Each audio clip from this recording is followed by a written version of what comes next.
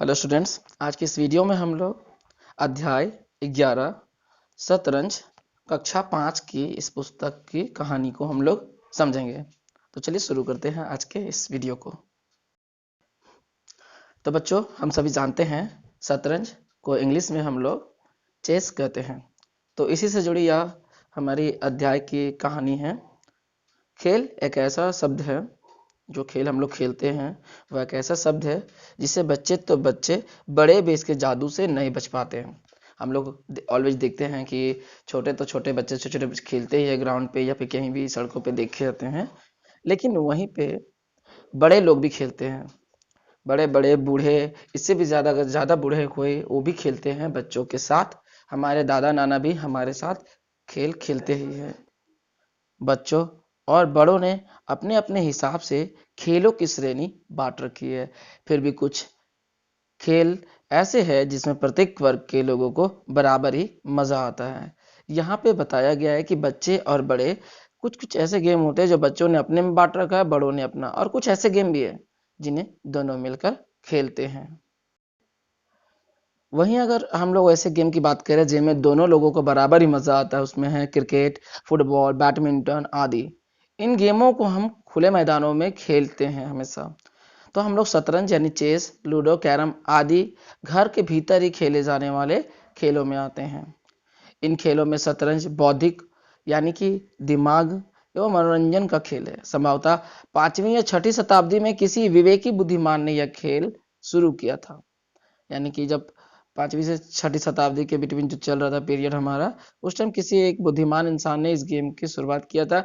ऐसी भी संभावना जताई है कि यह केवल मूलतः भारत का ही आविष्कार है, और लोगों का ऐसा भी मानना है कि यह भारत का ही आविष्कार है, यानी कि शतरंज। प्राचीन काल में इसे चतुरंग के नाम से जाना जाता था। आज यह खेल विश्व स्तरीय खेलों की श्रेणी में आता है। विश्व स्तरीय मतलब कि पूरे वर्ल्ड पे खेले जाने वाला गेम इस श्रेणी में से रखा गया है। शतरंज मुख्य रूप से एक चौकोर बोर्ड पर दो व्यक्तियों के लिए बना है। शतरंज का अगर हम बात करें तो एक 4 कोने वाले बोर्ड यानी कि स्क्वायर या फिर रेक्टेंगल के जैसा बोर्ड होता है, उस पर खेला जाता है। लेकिन यह कंडीशन है, इसमें एक घर काला एक घर सफेद ऐसे करके 64 खाने होते हैं, यानी 64 खाने यानी कि बॉक्स बनाए जाते हैं। उसमें एक खिलाड़ी होते हैं जो काले वर्ग को चुनता है, यानी काला उसका साइड होता है, और दूसरे को सफेद वर्ग को चुना जाता है। प्रत्येक खिलाड़ी के पास कुछ मोहरे होते हैं। मोहरे मतलब गिट्टी। खिलाड़ी को एक राजा, एक वजीर, 2 ऊंट और बहुत सारे ऐसे चीजें दी जाती है जिनका जिक्र हम आगे करेंगे। वहीं हम अगर ऊंट के की बात करें तो 2 घोड़े, 2 हाथी, 8 सैनिक यानी सैनिकों को हम लोग प्यादे के रूप में भी गिनते हैं। ये सभी उसमें गिटिया होती है। शतरंज के खानों में बीच में अगर बात करें, राजा एवं वजीर होते हैं। ठीक है, राजा के साथ वजीर होना यानी कि उनके मंत्री का होना कहते हैं। उनके बगल में एक एक ऊंट, फिर घोड़े, और घोड़ों की बाजू में दोनों, और आगे देखते हैं क्या रहता है दोनों, और अगर बात करेंगे घोड़े के बाजू में, और अगर उनके बाद दोनों अगल बगल में बात किया जाए तो एक एक हाथी होता है। इनको अगली स्वाइन में 8 पैदल अर्थात प्यादे रखे जाते हैं। अगर इनके आगे जो घर होते हैं, उनके आगे उनके प्यादे यानी सैनिक को रखे जाते हैं, जो आगे से सभी को सिक्योर करके रखते हैं। हम लोग स्क्रीन पे देखेंगे इस पे कि कैसे कैसे इन्हें रखा जाता है। इन मोहरों को सजाने यानी गोटियों को सजाने, ठीक है, समय का हमें यह ध्यान रखना चाहिए कि दोनों खिलाड़ियों के दाईं तरफ का खाना सफेद रंग का हो। यानी कि देखा जाए अगर उसके अकॉर्डिंग में, तो दोनों खिलाड़ी के दाईं ओर का खाना हमेशा सफेद होना चाहिए। और आगे हम बात करें तो खेल को शुरू करने का अधिकार हमेशा सफेद मोहरों एवं काले वाले खिलाड़ी का ही होता है।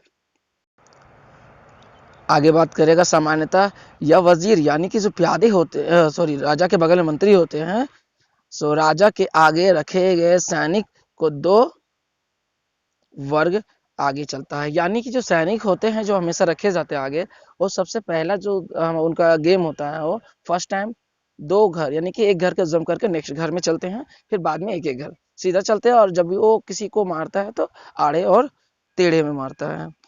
ठीक है, नेक्स्ट है,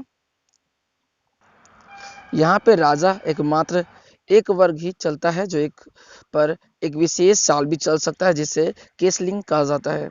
हाथी की चाल भी इसी प्रकार है। अगर राजा के पास चलने का वर्ग ना बचे, वह किसी तरफ भी चल सके तो खेल समाप्त हो जाता है। मतलब राजा के पास अगर कोई भी एक ही दान ना रहे कि उनको सामने से सभी लोग मार रहे आड़े टेढ़े, तो उस कंडीशन में गेम खत्म हो जाता है। जिस खिलाड़ी का राजा चल ना सके वह राजा को हाथ में लेकर बोलता है मात और हार स्वीकार मान ली जाती है। मतलब जिनका राजा यहाँ पे मर जाता है, शहीद हो जाता है, वह हार मान लेता है। इस खेल में ऊंट एक ऐसा मोहरा है जो टेढ़ा अर्थात सफेद काले घोड़ों सभी को चलता है। ठीक है, सभी वर्गों में चलता है। तो ये हुई शतरंज की चालें। वास्तव में शतरंज बुद्धिजीवी वर्ग का प्रिय एवं अंतर्राष्ट्रीय ख्याति प्राप्त खेल है। अंतर्राष्ट्रीय का मतलब इंटरनेशनल, यानी कि यहाँ पर विश्व में खेला जाने वाला यह गेम है। यह सिर्फ बुद्धिजीवी यानी कि जो दिमाग में तेज होते हैं उन्हीं के लिए होता है। संपूर्ण विश्व में लगभग 20वीं शताब्दी में इस खेल की अधिक बुद्धि हुई, मतलब वृद्धि हुई। हाँ, और विश्व भर में शतरंज खेल का नियंत्रण फेडरेशन इंटरनेशनल दी एस यानी कि फीडे द्वारा किया जाता है।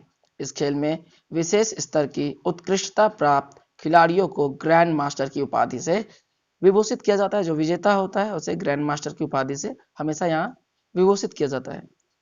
भारत में इस खेल का नियंत्रण अखिल भारतीय शतरंज महासंघ द्वारा किया जाता है। यह एक फेडरेशन का नाम है, अखिल भारतीय शतरंज महासंघ। इस महासंघ की स्थापना सन 1951 में हुई थी। यानी कि इस जो यह फेडरेशन है उसकी स्थापना अगर बोला जाए तो 1951 में की गई थी।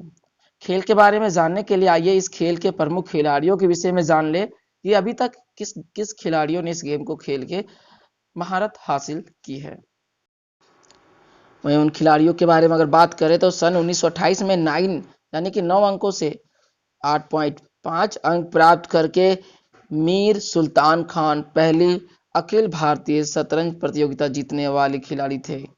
मीर सुल्तान खान ने 3 बार ब्रिटिश प्रतियोगिता जीती।